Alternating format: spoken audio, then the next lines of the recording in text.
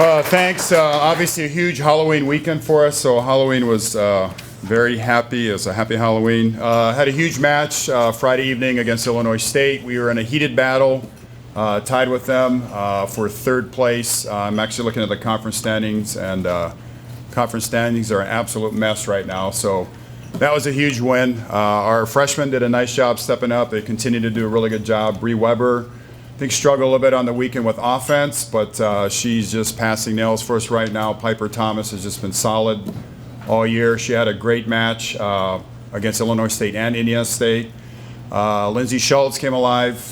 She's kind of a hidden talent not really a hidden talent, but we kind of got the ball to her at the right time. So all in all, it was just a great offensive effort on Friday evening, even though the focus for us has been trying to hold our opponents under their hitting percentage, and we actually met that goal as well. So that's defense is, just one of the keynote cornerstones of our team is just hard-nosed defense, and I thought we did a really good job of that.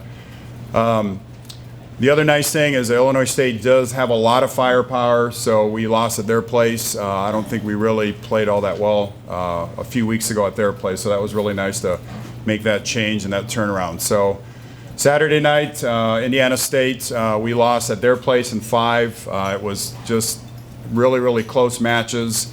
That was a match, if you don't remember, that we flipped Amy to the left side position. She's been playing in that position, the left side 6 rotation position, ever since then. And she just continues to do really, really well for us in that position. She just scores a lot of points for us.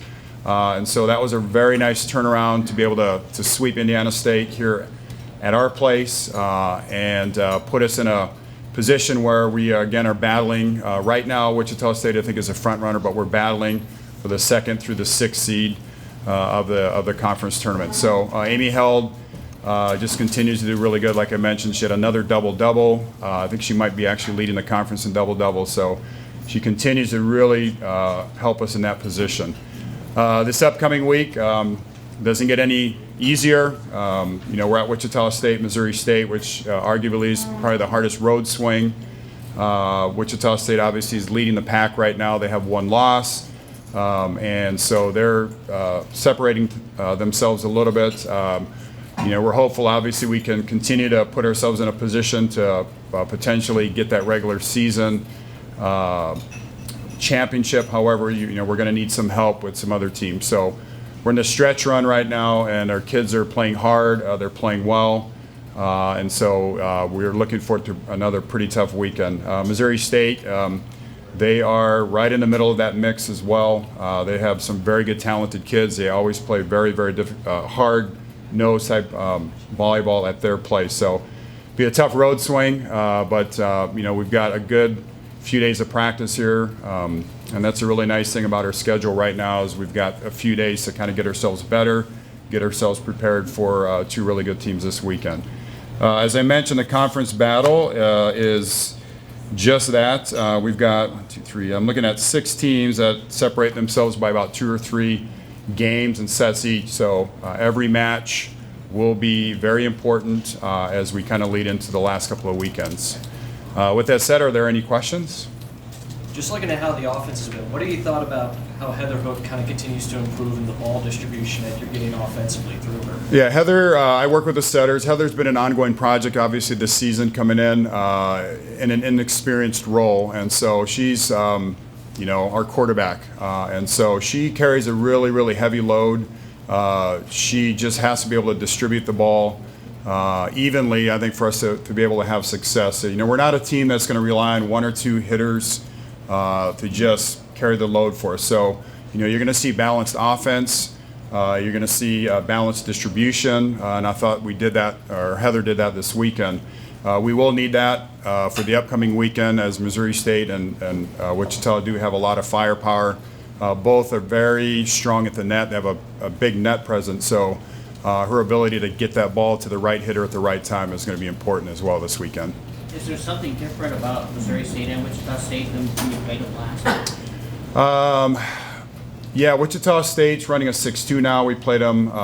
They were running a 5-1, so a one-setter offense. So With that said, they'll be more physical. Obviously, when you're switching out a setter, you're putting in a front court player. So they pose some matchup problems because they have such size and athleticism at the net. They're very long as well. So I think our ball control is going to be very important. Our focus will continue to be on defense. When they're running their offense, they're very difficult to stop. You have to make hard choices for your blocker. So you're going to get a lot of isolation, a lot of one-on-one, a lot of holes in the block. So our defense is doing a really good job of stepping up in those situations to get the ball off the floor. Missouri State is running a similar type offense. Missouri State's offense is a little bit more predictable, but you have to stop it. And so when they execute it properly, they have, just like Wichita State, very strong net presence as well. They have a middle that was not playing with in the first round that we play them, and she'll be back as well. So she'll pose some matchup problems. She's very fast off of 1 foot. She likes to go behind. So, so it'll be two different types of teams. If Wichita continues to run that 6-2, I believe they play this evening against Southern, so we'll get a chance to see if they're actually running that 6-2 or not. So, but Lambo at Wichita, he does a really good job. If something is not working, he will make a switch right away. He has the ability to switch into a one-setter system. So, I suspect we're going to have to be very flexible with both teams depending on what's happening and what they're running against us and how we're performing.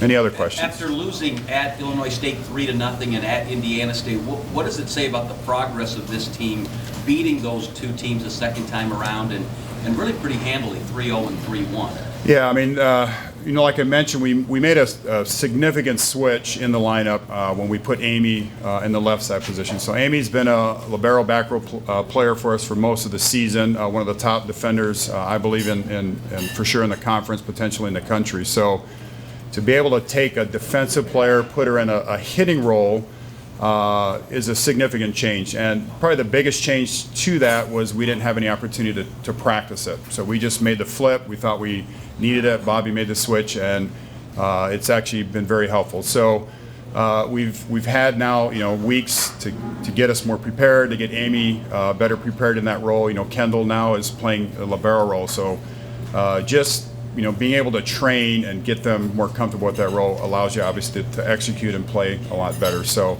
and then the sidebar to that is they're fitting into those roles and they're becoming more comfortable in those roles as well. Any other questions? All right, thank you, and go Panthers.